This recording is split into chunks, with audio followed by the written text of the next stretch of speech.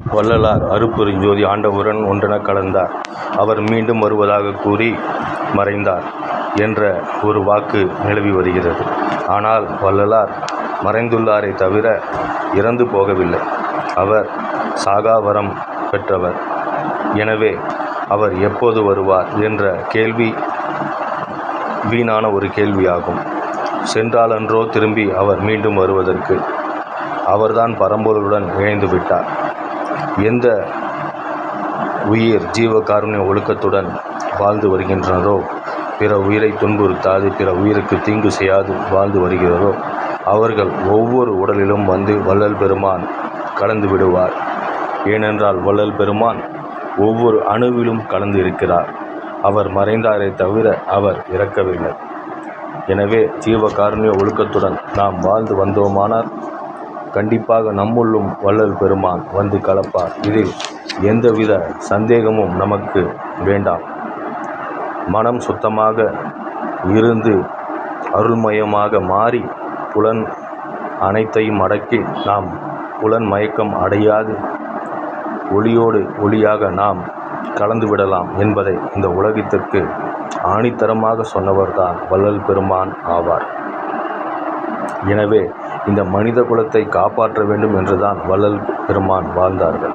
ஒவ்வொரு மனிதனும் அருட்பெருஞ்ஜோதி ஆண்டவருடன் கலக்க வேண்டும் என்பதே அவரின் தீராத ஒரு லட்சியமாகும். அதற்காக அவர் பாடுபட்டு கொண்டுதான் இருக்கிறார். என்றும் உள்ள கடவுள், என்றும் மறியாத கடவுள், என்றும் அழியாத கடவுள்.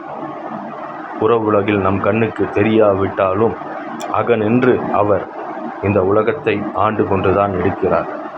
நல்லவர்களை காப்பாற்றுவதும் அவர்தான், தீயவர்களை தண்டிப்பதும் அவர்தான்.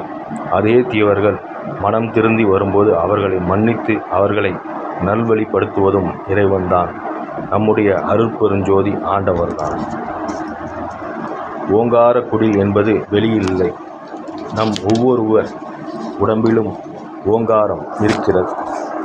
நாம் முக்தி அடைவதை பற்றித்தான் பல சித்தர்களும் ஞானிகளும் மகான்களும் ரிஷிகளும் சொல்லி சென்றிருக்கின்றனர். ஆனால் நாம் சித்திகளெல்லாம் அடைய முடியும் என்று சொன்னது வள்ளல் பெருமான் மட்டுமே.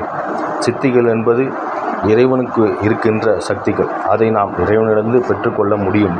அதற்கு நாம் ஜீவகாருண்ய ஒழுக்கத்தை கடைபிடித்துத்தான் அதை நாம் அடைய முடியும்.